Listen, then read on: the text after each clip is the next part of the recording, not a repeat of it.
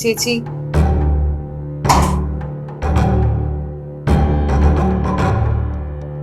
എന്ത് പറ്റിയടി? ചേച്ചി ഞാൻ അതിന് നീ തെറ്റൊന്നും ചെയ്തു ഞാൻ പറഞ്ഞില്ലല്ലോ. ചേച്ചി കണ്ടിട്ടൊന്ന് പറയായിരുന്നപ്പോ ഞാൻ വിചാരിച്ചു. നീയല്ലേ പറഞ്ഞേ നിന്റെ കാര്യങ്ങളൊക്കെ നീ ഡീൽ ചെയ്തോളൂന്ന്. അതാ ഞാൻ പിന്നെ ഒന്നും പറയാഞ്ഞത്. സോറി ചേച്ചി. നീ എന്തിനാടി സോറി പറയുന്നത്? ചേച്ചി സത്യം പറഞ്ഞ ഈ അർജുൻ എന്റെ പുറകെ നല്ലോണം നടക്കുന്നുണ്ട്. അതൊന്ന് അവസാനിപ്പിക്കാൻ എനിക്ക് ഇപ്പൊ തോന്നിയ ഐഡിയ ഞാൻ ട്രൈ ചെയ്തു. അത് വർക്കൗട്ട് ആയ അവൻ ഇവിടുന്ന് പോകും. നീ എന്ത് കുരുത്തക്കാട് അടിയൊപ്പിച്ചത്? ആ മായമ്മ കുറച്ചു മുമ്പ് വന്ന് വലിയ ഷോ ഇറക്കിയിട്ടാ പോയെ.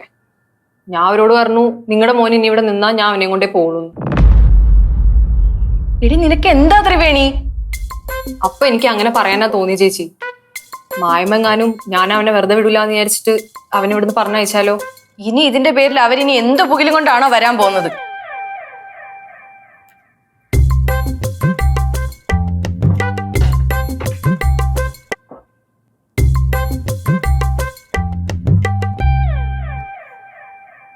മോനെ അർജുൻ, നിനക്ക് എന്തോ ത്രിവേണിയോട് പറയാനുണ്ടെന്ന് പറഞ്ഞില്ലേ?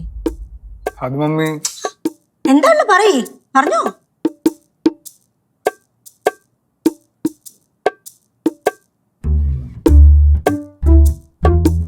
ത്രിവേണി, ഞാൻ ആദ്യമായിട്ട് കാണുന്ന പെണ്ണല്ല നീ.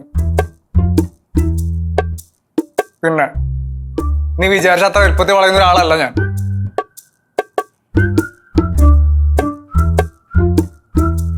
ഞാൻ കെട്ടാൻ പോകുന്ന പെണ്ണിനെ പറ്റി എനിക്കൊരു സങ്കല്പമുണ്ട്. ഒരു സങ്കല്പമല്ല, കുറെ സങ്കല്പങ്ങളുണ്ട്. അതിൽ ഒന്നുപോലും നിനക്കില്ല. പിന്നെ നീ മമ്മിയോട് പറഞ്ഞ കാര്യം അതെന്തായാലും നടക്കാൻ പോകില്ല. അതിനെ കിട്ടില്ല. ഇത് മനസ്സിലാക്കിയാ നിനക്ക് കൊള്ളാം. So please don't trouble me, okay?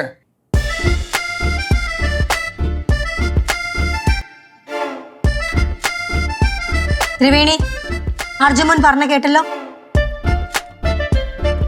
Avani, നിലവിൽ നമ്മൾ തമ്മിൽ ഒരു പ്രശ്നവും ഇല്ല. പക്ഷേ നിന്റെ അനിയത്തിയായിട്ട് ഇനി ഇവിടെ ഓരോരോ പ്രശ്നങ്ങൾ ഉണ്ടാക്കി വെക്കരുത്. അത് നീ ഒന്ന് പറഞ്ഞ് മനസ്സിലാക്കണം, നല്ലതാ.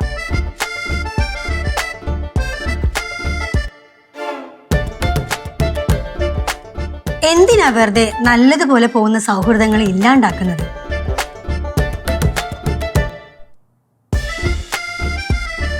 ഇവളുടെ വാക്കും കേട്ട് ഞാൻ ആദ്യം അർജുൻ മോനെ ഇവിടുന്ന് പറഞ്ഞു വിടാന്ന് കരുതിയതാ.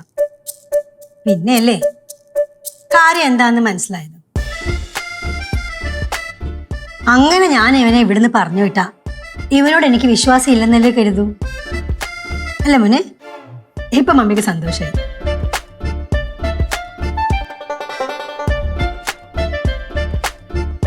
ഇവനെ ഇനി തൽക്കാലം ഞാൻ എങ്ങോട്ടും പറഞ്ഞു വിടുന്നില്ല.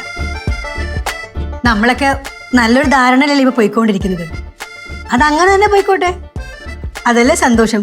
ഇത് കാണുമ്പോ ചേച്ചിക്ക് സന്തോഷാവുമല്ലോ.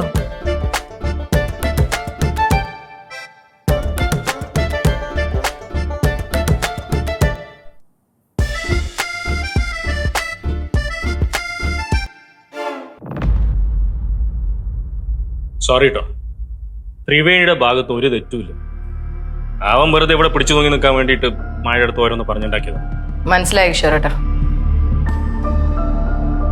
സോറി.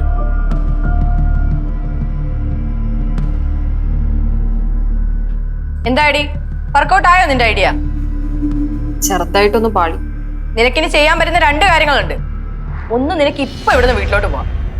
അതല്ലെങ്കിൽ നാളെ രാവിലെ ഇവിടുന്ന് പൊക്കോണം. ഏതാ വേണ്ട നീ തന്നെ തീരുമാനിച്ചു. ഞാൻ പോവില്ല. ഇനി ഞാനൊരു പ്രശ്നം ഉണ്ടാക്കാതെ ഇവിടെ നിന്നോളാം ചേച്ചി. സത്യമായിട്ടും ഒരു കുഴപ്പത്തിനും പോവില്ല. നീ ഉണ്ടാക്കിയ പ്രശ്നം തന്നെ ധാരാളം.